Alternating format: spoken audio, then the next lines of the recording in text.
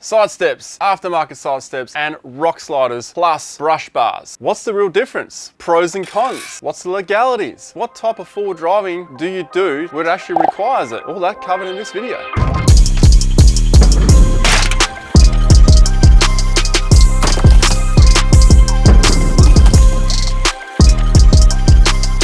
Ramp over angle is the center of your vehicle. Approach angle, you have departure angle, and you have ramp over angle. Everything we're going to talk about today with rock sliders is all to do with your ramp over angle. That's where the damage is going to happen or be prevented depending on what option you ended up going with.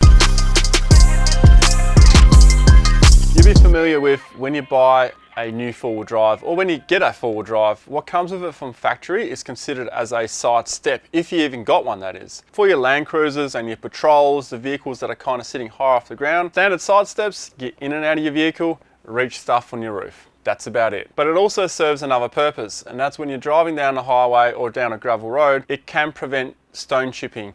All the stones that your guard didn't catch are now not going to hit the underside of your sills. So why have different options? Aftermarket side steps and rock sliders. What's the point? It's more about the vehicle sills, the sills in your vehicle. You want to protect the body of your vehicle from any damage, from anything that hits it from underneath.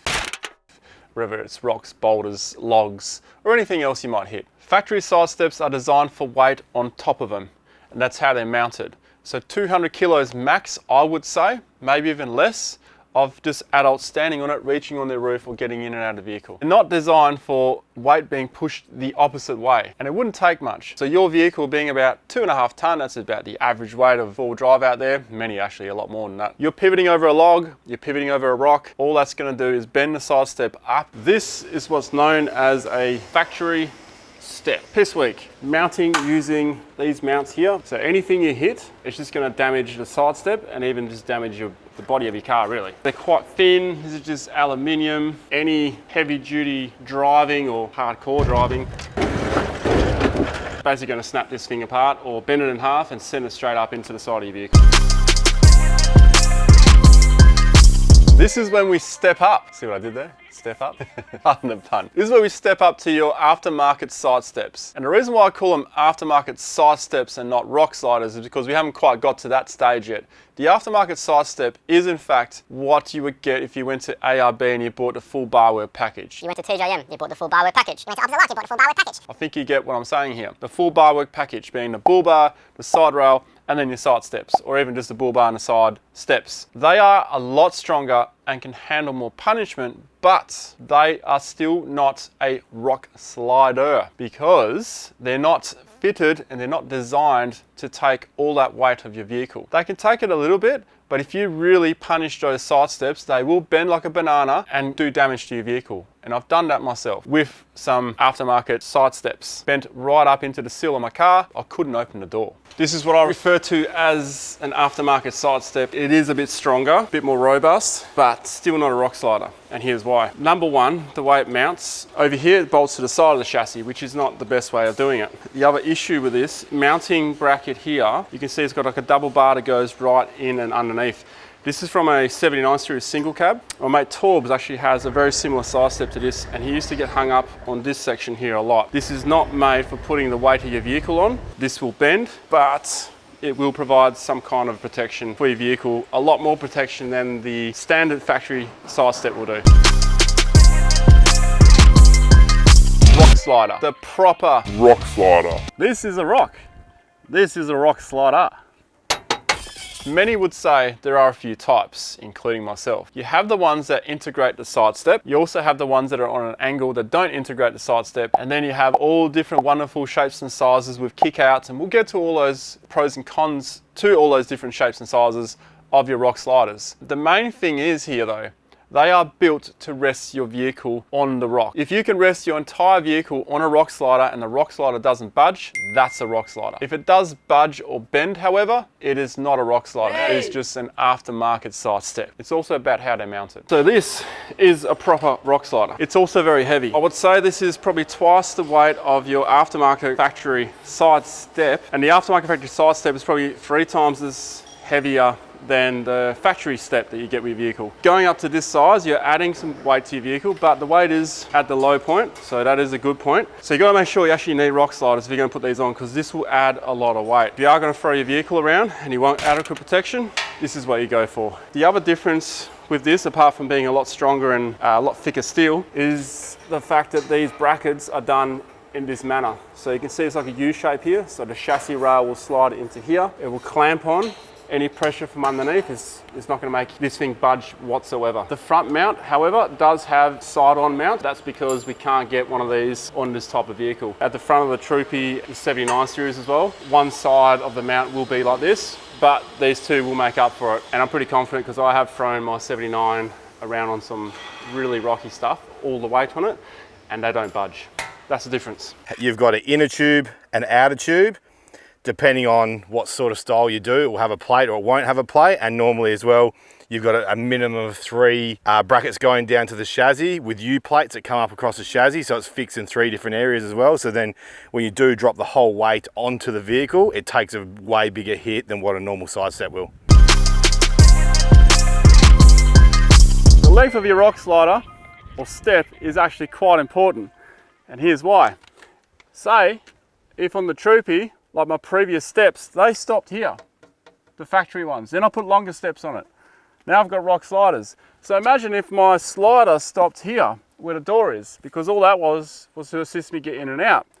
That means that if I'm sliding over something, it'll cave in the panel here. Possibly get wedged up in there. So you really need your slider to go as far back as possible to the back tyre. Still have clearance for the wheel, of course. And the front as far forward as you can. It's not usually a problem on the front, it's usually the back where it doesn't go far enough. Step out sliders. What the heck does that mean? Traditionally speaking, they are in a straight line, they follow the line of your body, they follow the line of your wheels. In some cases, some people use the step outs. So they'll start in line with the body at the front, or the flares, or the wheels, whatever they're designed to, because they're all different designs, and they'll come back and then they'll kick out at the back. The whole point of that kick out is to avoid doing damage on the back of your vehicle. So if you're really slamming around on the tracks, that will send you kicking out. The main disadvantage, you can get yourself wedged pretty badly. Because you have that shape of slider, it's going to bring yourself out a bit more wider. Squeezing yourself between 2 trees and you miscalculated, big bouldery rocky track, wedgy situation. You could wedge your entire vehicle. Yeah, you're going to be there for a while trying to get it out. You can quite easily get yourself wedged in between things, even with normal sliders. And speaking of straight sliders, your traditional sliders, they're only worth having on your vehicle if they do one of the following. They're in line with your tires, or they're at least in line with your flares. Your flares or your tires are generally what sticks out most from the body of your vehicle. If you have them any narrower than that, what that means is if you are resting up against that side step and you keep going, you're going to rip off the flare on the back. You don't want to be doing that.